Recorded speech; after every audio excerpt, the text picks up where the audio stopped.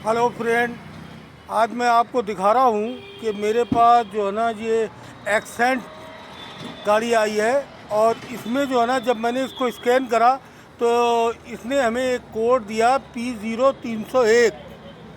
P0301 code दिया तो मैंने सोचा P0301 पे काम किया जाए। तो जब मैंने उसको चेक करा तो पता ये चला कि इसने मुझे बताया crank shaft position sensor. Crank shaft position sensor बताया तो मैंने इसका क्रैंक शाफ्ट पोजीशन सेंसर बाहर निकाला, ओपन करा। ये आप देख सकते हैं कि ये नीचे लेट के गियर बक्से में जो है ये सेंसर फिट होता है। तो मैंने इसका ये सेंसर निकाला तो ये सेंसर जो है ख़राब है। हम इसको अभी चेंज करेंगे और उसके बाद स्कैन करेंगे। फिर मैंने इसका कैम शाफ्ट पोजीशन सेंसर भी निकाला तो ये आप देख सकते हैं कि इसमें जो है ना ये कार्बन सा आ रहा है।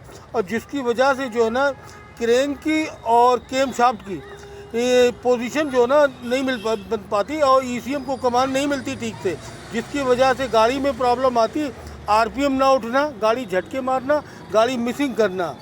और इसको लगाने के बाद में मैं आपको बताता हूँ कि मैंने इसमें जो है अब जब मैं स्कैनिंग दोबारा से करूँगा इसकी तो मुझे पता चलेगा इसमें गाड़ी में क्या है। ये जो है ना जो अभी गाड़ी मैंने दिखाई थी जिसका क्रेन पोजीशन सेंसर बता रहा था, इसका मैंने नया सेंसर मंगा लिया है और ये चारों स्पार्क प्लग मंगा लिए। अब मैं इसको जो है लगाऊंगा, उसके बाद उससे पहले मैं इसकी टोटल जो क्लीनिंग है ना वो मैं करना चाहता हूँ, ताकि टोटल में बहुत ज़्यादा गंदगी है। मैंने इसका टोटल बॉडी क्लीनर ये रखा है, ये मंगा लिया है। तो अब मैं इनको भाई साहब को कहूँगा इग्निशन ऑन करके ज़रा धीरे धीरे एक्सीलेटर दें ताकि जो मैं टोटल क्लीन कर सकूँ।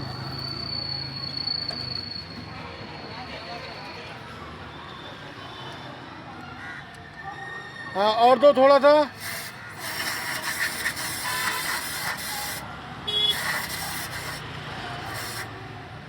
हाँ, बंद करो। दो, बंद करो। और दो, बंद करो। और दो। हाँ, बंद करो। चलाओ, चलाओ, कभी चलाओ कभी उनको ऐसे ही चलाओ, ऐसे ही।